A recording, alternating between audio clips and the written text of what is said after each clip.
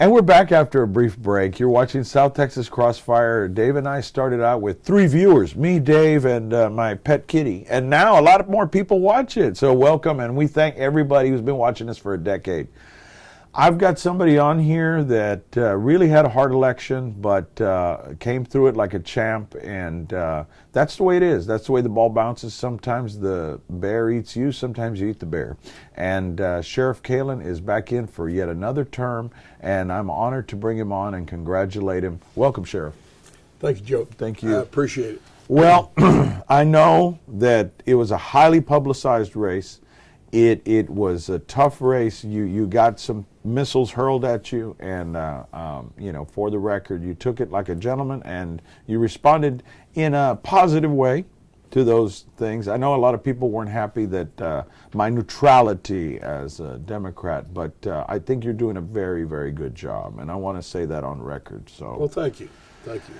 A lot of people don't know Jim Kaelin, the man, and where you grew up and as a boy, and we've heard. Let's get the record straight about your service and your commitment to the community and where you grew up, everything. We want to just kind of hit it out there.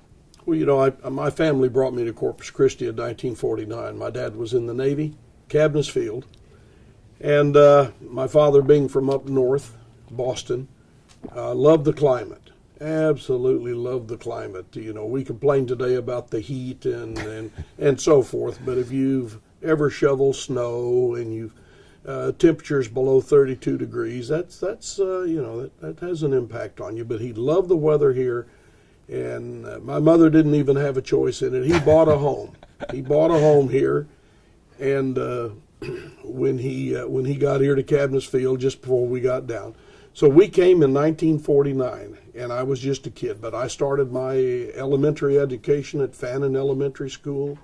We did have one move away. We had to move back to Virginia Beach. He was deployed on an aircraft carrier out of Virginia, and we stayed in Virginia Beach for about a year and a half maybe, and then we came back to Corpus Christi. He got reassigned here to finish up his Navy career, and I continued my education then at Fannin, and then went over to South Park Junior High School and finished South Park. Then went off to Carroll, and from Carroll then into the Army, and I stayed in the Army 9 years.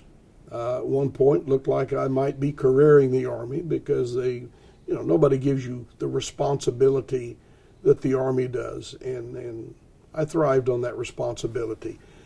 But during the Vietnam War, when I finished my tour in Vietnam, 1968, I believe there was something else for me to do besides Army. So I took my honorable discharge in 1968 and came home and had a family, needed a job, and a sheriff by the name of Johnny Mitchell offered me a job.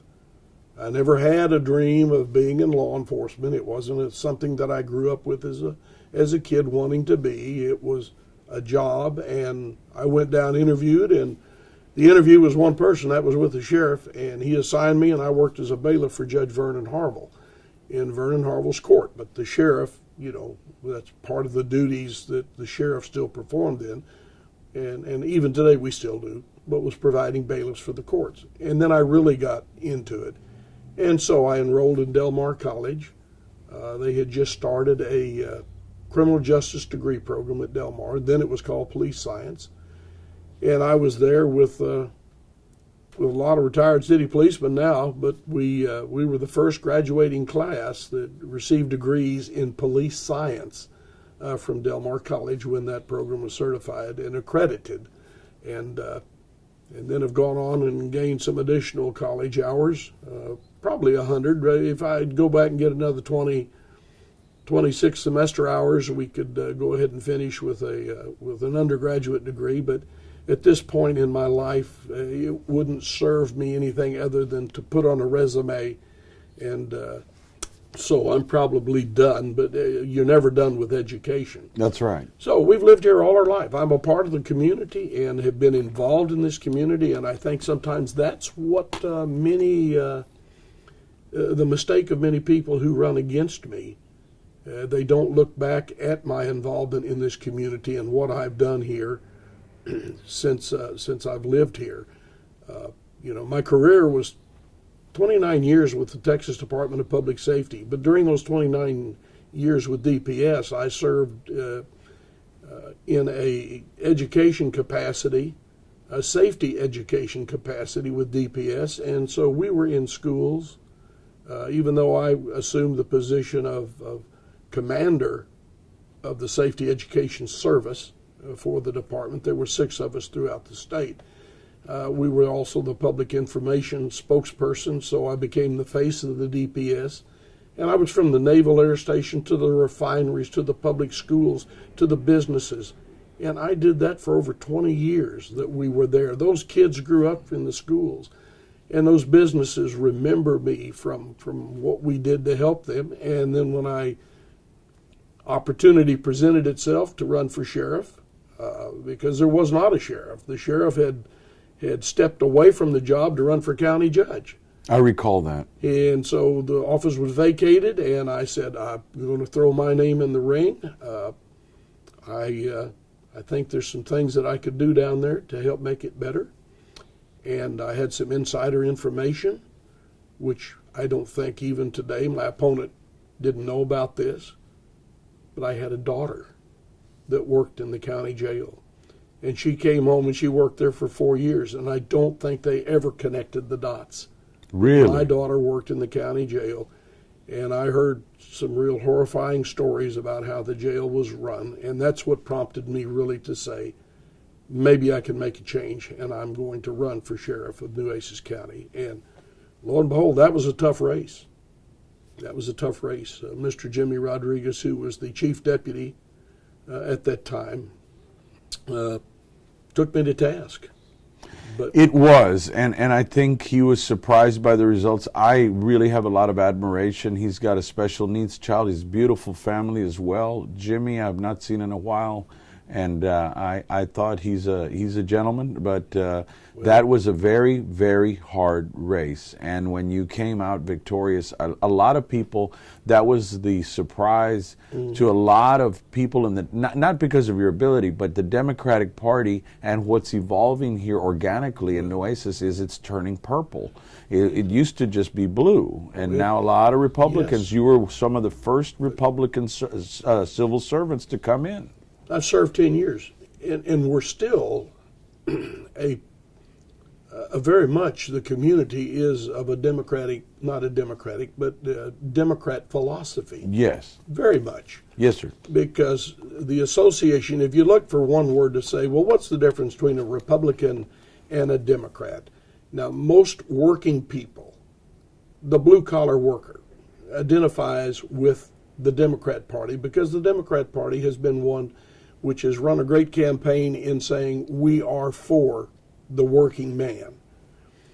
And what happens when children grow up and have children and they grow up and their mothers and fathers were Democrats, it carries over, and it's something that doesn't disappear overnight. And the Republican Party wound up being a party that was known for representing the wealthy, the elite, people of status.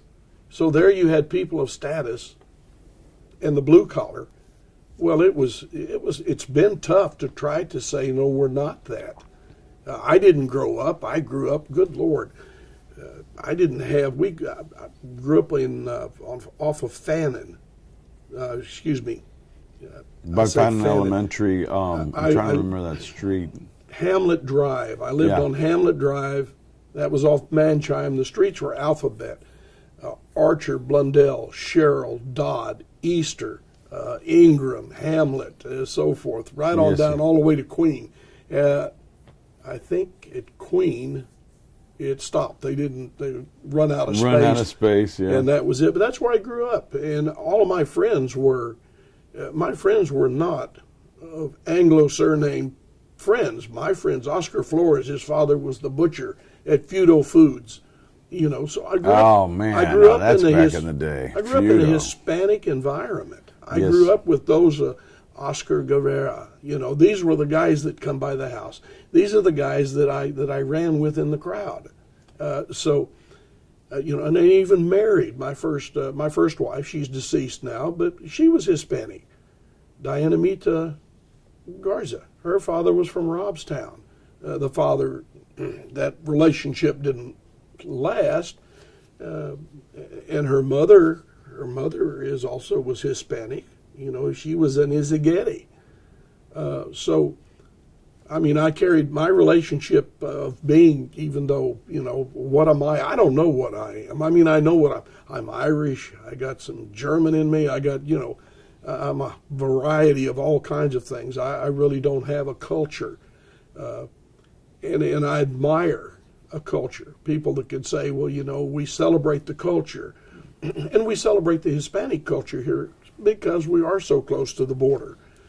But if you get up in strong Italian communities, they still celebrate. You know, the Italian community, we just here 4 years ago came back from New York. Strong Chinese cultures up there. That's right. And you don't let go of those cultures. And the United States of America has been a melting pot for all of those many cultures. So back to it, I grew up in a community understanding, you might say, the plight of many of the people who were like myself. I didn't have any money. And, you know, and I didn't wear, you know, my mother put patches, iron-on patches to cover up the holes in my jeans. Now, today they would have been very fashionable. Very fashionable. But then it didn't. But neither did my friend. So, but we grew up in a loving home, roof over our head, and there was always food on the table. The food on the table some night, which I thought was a delicacy, but some nights our food on the table was a great big bowl of roasted ears of corn. All right, and then she might have a salad or she might have something on the side, mother. But I thought that was a great meal. That was us, or cornbread, right. Or cornbread and beans. That was a meal. But you know, our home was full of love, caring parents, and it was a great home life here.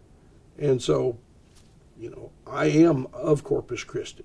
And when my opponent in this last campaign said, "Well, I've lived here this long, and I'm born here, and I'm a lifelong resident," even though I'm a little older than my opponent was, I've still been here longer than he had, and could relate to all of the things that he relates to, you know, by growing up. So it really wasn't a hard choice for me. And I won the election. You know, the election was 11,000 plus votes on my side. I saw that. For almost 46%. 56% of the vote. Now, I couldn't do that running on a Republican banner. Or then That's just not going to happen. Yeah. There's so many of my friends that are not there for me in the primaries. But when we get to the ballot in November, then there's just two names. And I receive a lot of support from the other party than the party my name is on. I got you. But I run for an office which is non-affiliated with party politics. You can't have a sheriff that does things for Democrats or does things for Republicans. You do something, and it's for all of the people. We don't make laws. We just enforce the laws that our legislators make and enact. And number one, what makes me so successful is fairness, is my ability to be fair, my ability to act as a constituent for many of the people who find themselves in very difficult situations with family members in jail. And that's tough. We're going to take a break, but you're watching Sheriff Kaelin of Nueces County, and this is just a week or so after the elections. We're going to be talking to Sheriff Kaelin about the campaign, but we're also going to be moving away from politics after a little bit, and then we're going to talk about jail improvements and things that he's working on and his view on national politics. So we'll be right back.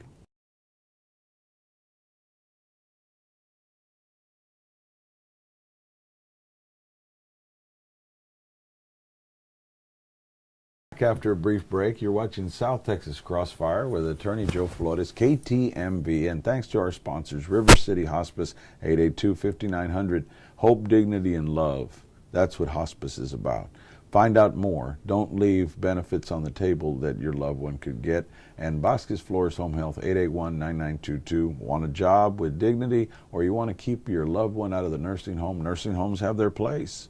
But Priscilla Vasquez RN, backed by 25 years of experience, can help get a young man or young woman a job and also try to keep your loved one out of long-term care. So we're back with Sheriff Kaelin of Nueces County. Sheriff, thank you for joining us. Absolutely. Just to recap, Sheriff Kaelin went to school where my wife did, South Park. Okay, and she's and also Carroll, and then served in Vietnam with distinction, came back and also served the DPS. How many years? 29? 29. 29 years in DPS, and then threw his hat in the ring, and the rest is history. This last decade has flown by. Sheriff, let's talk first about politics. This campaign reflected the national campaigns. It got ugly at times.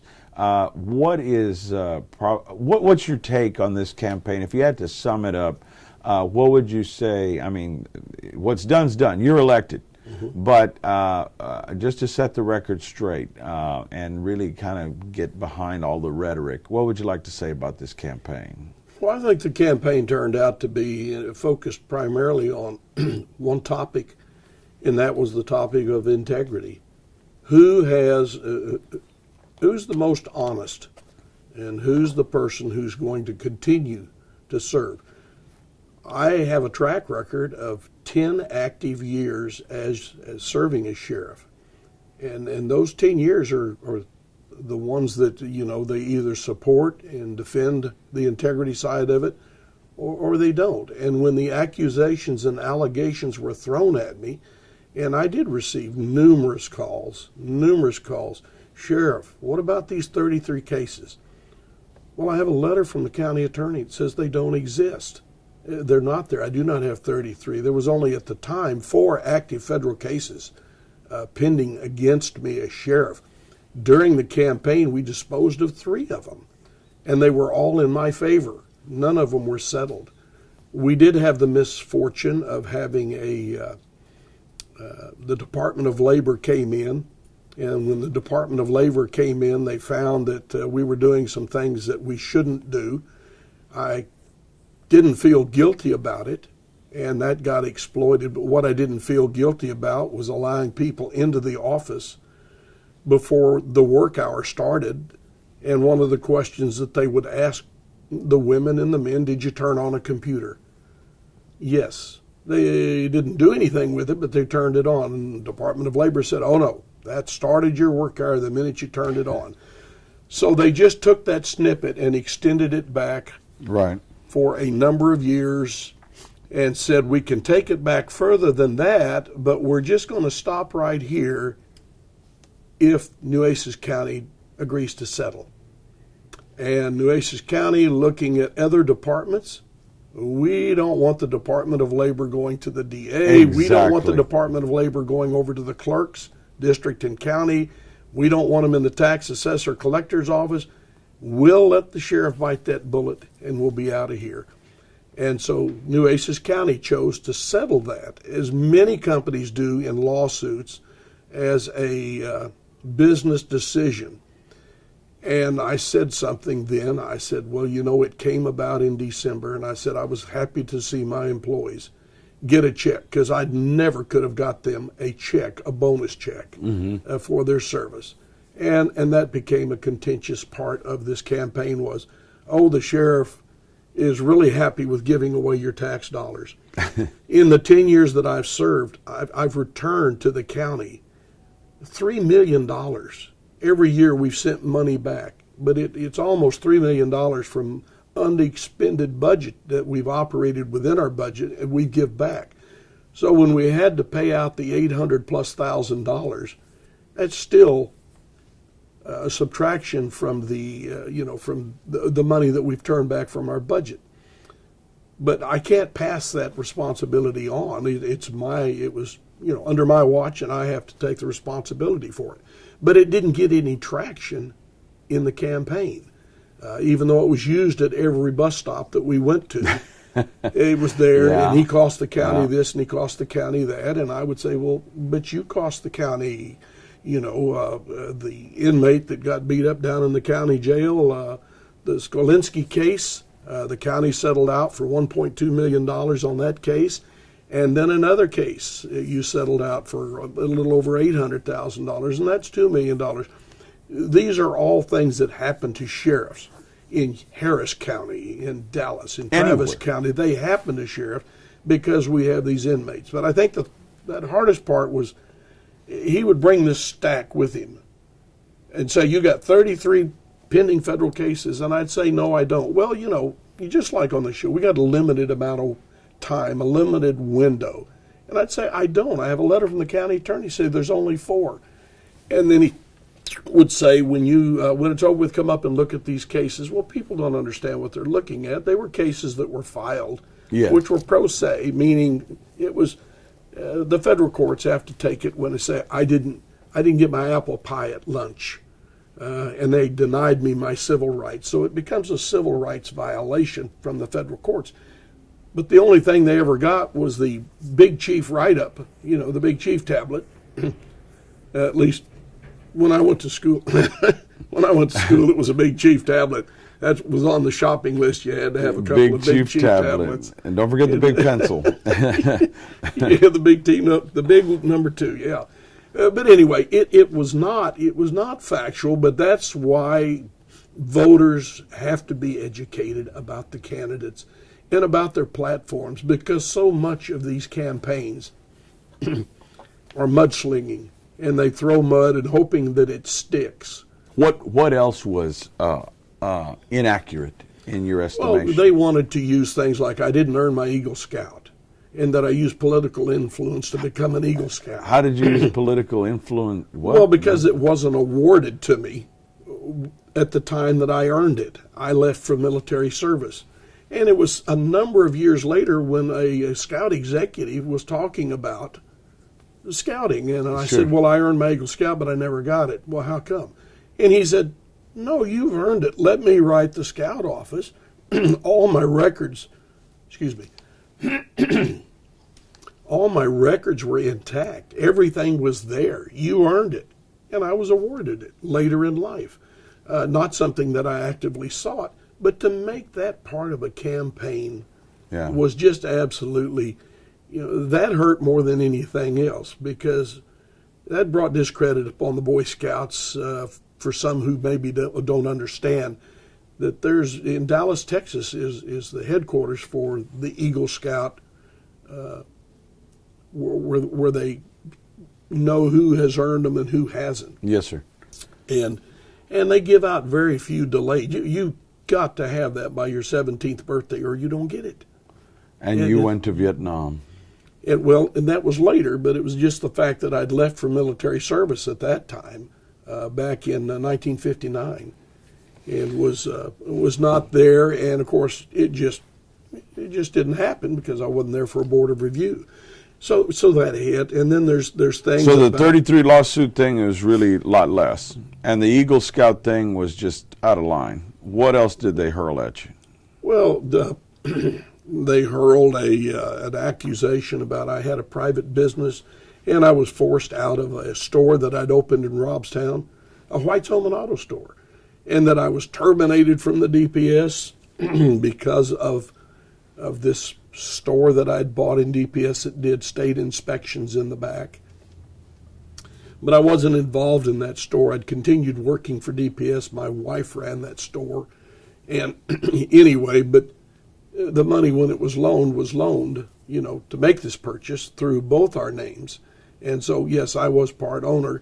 And they said, you can't have the store and have a state inspection. You got to get rid of it, or you got to resign. And I said, I've invested too much money. I'm going to resign and give it a shot. Well, I did. I gave it my best shot. And while I was there, the surprise of my life, they said Walmart's going to open up across the road. Oh, boy, here we go. Little research with Walmart. They could sell tires cheaper than I could purchase them to sell in my store. I was not going to be able to compete. at Little White's Home and Auto Store Yeah. against them. All right. And anyway, the bank successfully sold the property. There was no bankruptcy. There was no, it moved hands, but yet they made it look like we went bankrupt. We defaulted on things, and that just never happened. But campaigns don't give you enough time to ever adequately explain that. All you can do when you're sitting, side by side is say, that's not true. That's just not true. And we're not going to make it. And so people that tried to steer me in a direction was stay on top. Play the high card. Don't go the low road. Do not get into the mud. If you get into the mud, you're going to get dirty. So stay out of the mud. And we did that. And once again, from the three strong opponents that I faced previously, this was my fourth election, but there were three strong opponents. Jimmy Rodriguez, Mr. Valencia. I forgot about Isaac. A strong opponent. Strong opponent. And then he teamed up this year with Mr. Olivares because it had Valencia's footprints all over it, where I was attacked on the TV for being a crook, for being a thief, for being all of these horrible things. But Joe, that's the old style politics. That's the old style politics was to get down and get dirty, and that's how you win. And I say this. I'm going to spend my money building myself up as to who I am to sell my product to you. And my opponents have all wanted to tear me down and not build themselves up, just so bent on tearing me down. And thankfully, this community is blessed with people who are thinking for themselves. And we saw that, on the city council elections. We saw that in the general election with many of our office holders, how things begin to change because the voters have asked for a change. And on the national election, oh my goodness, yes, it's a different country. Well, let me ask you this: what's your plan for the county moving forward? We got a few minutes left, but moving forward on the jail, what are the pressing issues?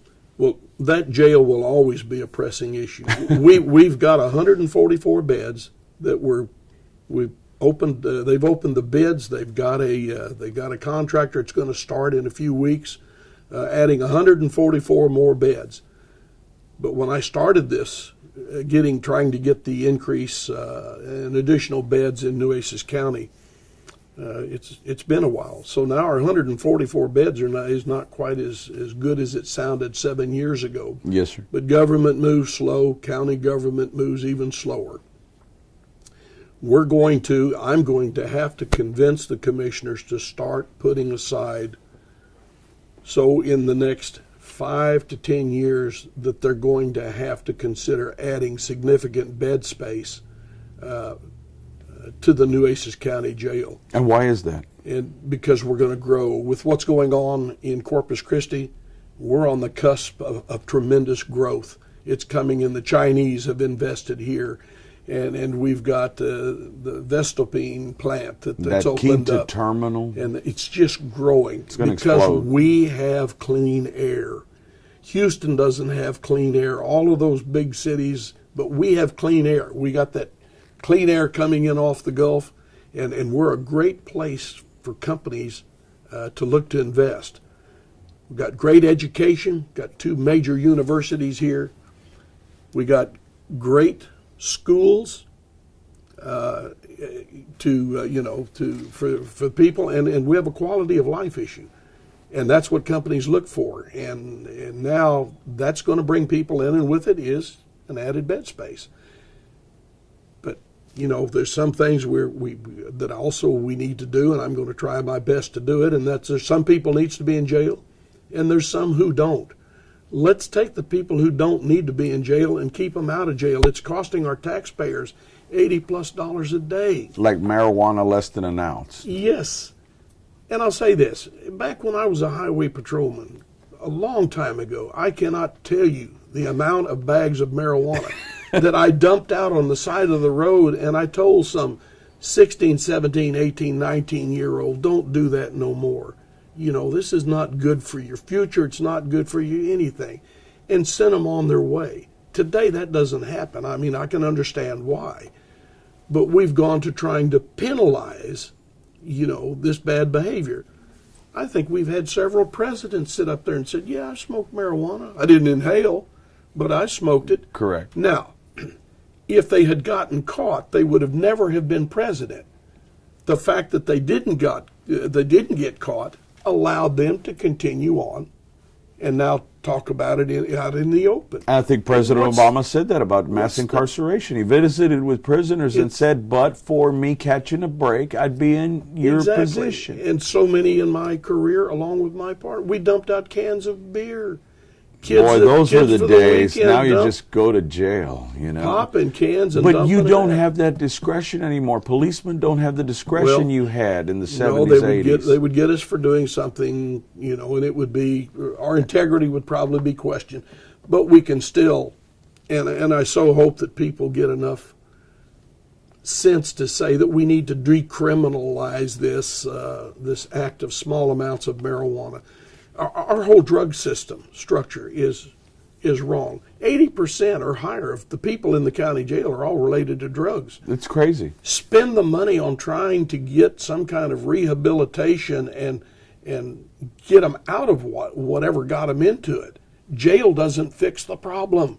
Right. If it did, that's great. There are some people that need to be in jail.